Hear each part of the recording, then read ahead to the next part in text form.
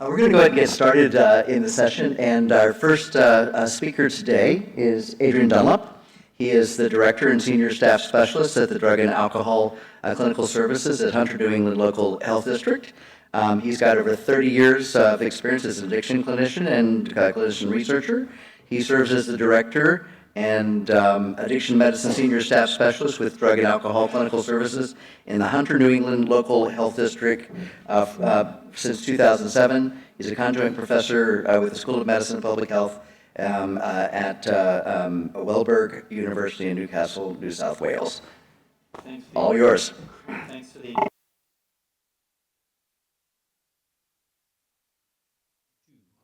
1, 2, check. Got it. Excellent. Thanks for the introduction, Rick. Thanks for the opportunity to speak today. So there's my disclosures. The organisation I work for has received research funding from Cameras and Nvidia, who make buprenorphine preparations. So I'm going to give you a brief overview of the evidence base for opiate treatment, including in custody, talk a bit about Australia's experience in implementing long-acting buprenorphine in prison, talk about some of the differences or possible differences with methadone treatment, look at barriers and facilitators to treatment retention, and then discuss some real-world policy implications. So I thought just good to remind us to start. Of course, one of the first studies of methadone was that by Fitz and Dole, published in 1969, and it was taking people from an incarcerated setting and offering methadone compared to control. And unsurprisingly, there was a very significant treatment effect of people who were offered methadone not going back to custody, anything like the proportion who didn't have that treatment. And also interesting to note, in multiple interviews with Vincent Dole, he said things like the traditional image of the narcotic addict as a weak character, hedonistic, unreliable, depraved and dangerous is totally false, and he acknowledges the contribution of Murray Niswander to his work. And then also later said one of the things that's notable was the nearly universal reaction against substituting one drug for another. And yeah, interesting to note, we've had evidence for methadone for over 60 years, but we're still fighting with evidence of acceptance of this as a treatment alongside buprenorphine. I'll just very quickly talk about the evidence base for methadone and buprenorphine. Suffice to say, there are multiple Cochrane reviews demonstrating high-level evidence, and the mechanism really is either methadone or buprenorphine result in reduced non-prescribed drug use and therefore also result in reduced harms from substance use, and that's been shown in different populations with both methadone and buprenorphine. And important to note, dose is important. So the higher the dose you get, the more effects you get, and in this example it's reducing heroin, but also with other related harms. So having adequate doses is important. In terms of retention in treatment, there's some evidence from the experimental studies that maybe there's better retention with methadone, not seen in the observational studies. And also interesting to note that the long-acting preparations are only early evidence, but they appear to be equivalent. In terms of other outcomes, opiate treatment very successful in reducing all-cause mortality, including decreases in suicide, cancer, drug and alcohol-related deaths and cardiovascular deaths. There is an increase in mortality after the cessation of opiate treatment. Opiate treatment and needle syringe together are effective in reducing hepatitis C, and opiate substitution treatment is effective in increasing ART adherence and HIV viral suppression. Of course, thinking about this transition from prison to the community, any transition is potentially a risky time, and release from prison certainly is, and you can see increased risks to greatly elevated risks of overdose after release from prison, and that's been shown in multiple studies and in systematic reviews. Then in custodial evidence, noting that there's some mixed outcomes, but there is evidence of reduced drug use in prison, and there is evidence of reduced injecting risk behaviour in custodial settings. Then there's also evidence of reduced risk of overdose in prison and post-release. So the risks that you see with people who are opiate dependent being released are reduced if offered opiate treatment, but important to note it's under offered in the USA and worldwide. In terms of transition to the community, opiate treatment commenced in prison or continued in prison is associated with increased community engagement in treatment, and opiate treatment in prison is associated with reduced drug use post-release. Also associated with better improved link to care for HIV, reduced reincarceration, and cost-benefit studies show advantages compared to no treatment or forced withdrawal of methadone.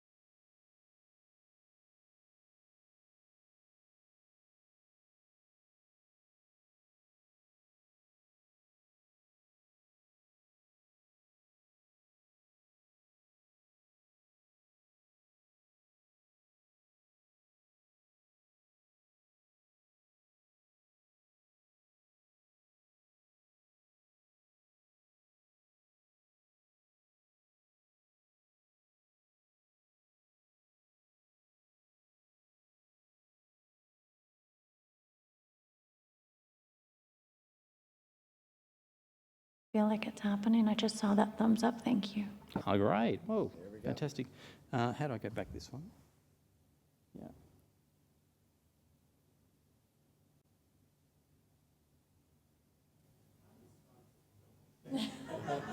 Only a couple hundred. Okay, let's see. Great. So Australia's experience in implementing long-acting buprenorphine in prisons. Important to note, Australia was an early adopter of methadone back in 1987, but as prison populations have grown over the decades, unfortunately the enthusiasm to treat opiate dependence has not grown at anything like the rate of people being incarcerated. And so hence this big and increasing gap between demand and supply, resulting in undertreatment of opiate dependence. It's different from state to state in Australia. I'm going to particularly talk about New South Wales, the state that I'm more familiar with, but that gap certainly grew over the past 15 years to the sort of policy situation where people would be not offered treatment unless it was immediately prior to their release from custody, which of course loses all the advantages of treatment while they're in custodial settings. We were fortunate pre-COVID to be asked by the New South Wales government to do a safety study essentially of long-acting buprenorphine in 9 New South Wales custodial centres. We had a non-randomised methadone comparator, found that adverse events were common but mild. There was high retention. We didn't note episodes of attempted diversion of long-acting buprenorphine. And generally, patients were very satisfied with being offered this, I guess, compared to not being offered any treatment at all. Maybe that's not surprising. But also to note, there was a very significant enthusiasm for the treatment by correctional officers who were important in the chain of sort of ongoing support for this treatment. So we found sort of significant reductions in non-prescribed opiate use in that setting. It was mainly sublingual buprenorphine. We also did a costing study, and it's not surprising if you're administering a medication once a month, the staffing costs, both the justice staffing costs and the justice health staffing costs, are going to be considerably less. And so therefore there was a cost advantage in providing depot buprenorphine, and you can see that sort of gradient compared to methadone and sublingual buprenorphine. Then subsequent to COVID, there were the lockdowns, of course, lack of access to buprenorphine, illicit buprenorphine in prisons. So there were multiple prisons where there were riots in New South Wales and an enormous demand for treatment, and it had to scale up very rapidly. And fortunately, that was possible to happen. So you can see the numbers in the grey line grew quite considerably over the following 12 months or so, and have continued to grow to about 3,200 now in New South Wales prisons. So over that same period of time, long-acting buprenorphine became the more prescribed formulation of buprenorphine, and in total, more buprenorphine started to be prescribed than methadone. So there was a shift across the country, but also reflected in custodial settings. You can see the numbers in custody. The 2024 data, there's missing data in there, that's why there hasn't been a dramatic drop. But you can see it's grown over time, and especially in the years since 2019, and the proportion offered long-acting buprenorphine is significant, and well over 90% of all treatment in custody across Australia appears to be with long-acting buprenorphine. These are sales data, they're not patient-level data, but these are sales data. So we were then successful in getting funding for this study. It was done in 9 clinics, 23 centres across New South Wales. I'd like to acknowledge my co-investigators, particularly Beth White, for her enormous work on this study, but also to all of the others. Note that the study was done on multiple Aboriginal lands in New South Wales. That's important to acknowledge because of the appalling overrepresentation of Aboriginal people, First Nations people in custodial centres. So this study was essentially a naturalistic study looking at people coming out of custody over a 12-month period, released on methadone and long-acting buprenorphine. Given the scale-up of long-acting buprenorphine, the majority of people were on long-acting buprenorphine, and I'm just going to talk to you about the data for retention in treatment. So there were multiple sub-studies. I'll also talk to you a little bit about those, including a post-release survey and some qualitative data. So the study period was from 1st of April 2023 to 2024, and the method was to collect data from each of the clinics where patients attended after release from custody, including dosing data or drug administration data when it was entered on a database that's shared across multiple services. But then there was a backup of additional data sources because not every patient goes to a services that uses that dosing data. Some go to community pharmacies, some transfer to a GP, some transfer to private clinics. So to try to have a method for each of those different destinations people landed at, so we could make a report on their retention in treatment. Of course, there's challenges in comparing a medication that lasts for at least 28 days, arguably much longer, compared to a medication that is to be taken daily, and that's one of the challenges interpreting the data. So we used the dosing data, so that the individual dosing information data for patients where we had that, but we had this backup of other systems of being able to interpret where patients had subsequently attended for dosing.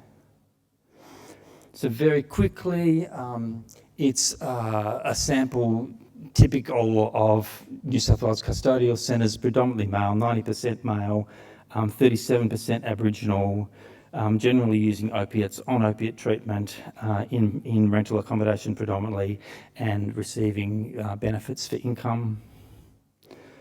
Predominantly referred by the justice system, although a number of self-referrals, 83% in major cities, 17% in rural areas, 83% having expected referrals, 17% unexpected referrals, and spread across the districts of New South Wales. So in the retention analysis, we had the primary analysis where we had this dosing information, and then a secondary analysis where if somebody had made contact with the clinic but subsequently referred elsewhere and there was information on that captured in the clinical notes, we counted that as another analysis. And then a third one, if the person had never attended the clinic but we're still able to capture some data on whether they attended another provider or re-returned to custody in that period. So you can see with long-acting buprenorphine, 1,100 people over that 12-month time. Using the most conservative definition of retention, there were 70% retained, The midpoint, 71%, and the one where we went on any information, including dosing information, 77% retained.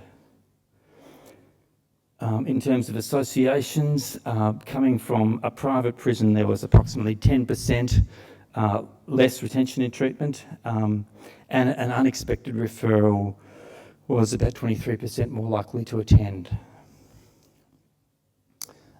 With methadone, you can see the differences in those definitions of retention are even greater. So the primary one was 66%, the midpoint 85%, and 91% for the least conservative definition of retention. And we didn't see any of those associations with the methadone group. And just to note, adequate doses of long-acting buprenorphine or methadone were being used. We didn't attempt a statistical comparison between the methadone and the long-acting group, given that there were two different groups. And then we also followed this up with some information on a post-release survey. So this is trying to understand some of the differences between the two groups, where we had patients pre-consenting prior to being released from custody. This was 331 people released over the time period. 80% were surveyed, mostly by phone. The long-acting group tended to be a little bit younger than the group on methadone. Both had high proportions being Aboriginal. The long-acting group were more likely to be using illicit buprenorphine naloxone injecting in prison. There was more use of methamphetamine in the methadone group, but the particular difference you can see at the bottom of the slide, so 2/3 of this group approximately, it was their first time on opiate treatment. They were commenced on opiate treatment in custody, where the methadone group had been on methadone typically prior to custody, so two quite different groups. And then just quickly to talk to you about some of the themes from the qualitative interviews. So these were done particularly to try to follow up people who dropped out of treatment. That was the focus of them. You can see about 1/3 had been on opiate treatment experience before, but about half hadn't been on any opiate treatment before. And these were the sorts of things that they were talking to us about. I'll let you read the quotes.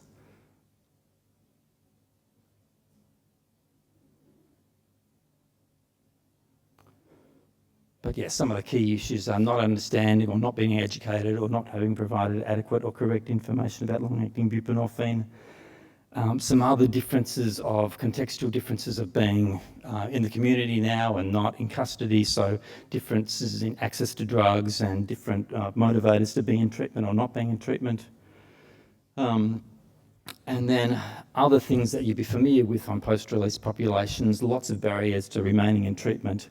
But in particular, a difference being with long-acting buprenorphine, there are limited opportunities to talk to somebody, whereas if somebody's on methadone, you're able to talk to them each day. If somebody's coming in once a month, there's a much reduced opportunity to talk with them. We did some focus groups with community opiate treatment providers, and they said exactly the same thing. Basically, there's much less opportunity to talk to people if they're coming in once a month compared to daily, and in particular noted the need to have more targeted information provided to people before their release, especially if they've never been on treatment before, so they haven't had that experience of transitioning from custody to a treatment clinic. So how can we address some of these challenges? Certainly improve patient education, better and more accurate information about side effects, and better support for people making a transition to the community. So we have had rapid upscale in New South Wales prisons, and that's been very important due to past under-treatment. It's still not perfect, but it's much better than it was several years ago. And to note that there's differences in how we're interpreting retention in treatment, and in fact I don't think there's yet good agreement on how you best define retention in treatment on long-acting buprenorphine compared to sublingual buprenorphine or to methadone. Multiple factors remain for dropout of treatment.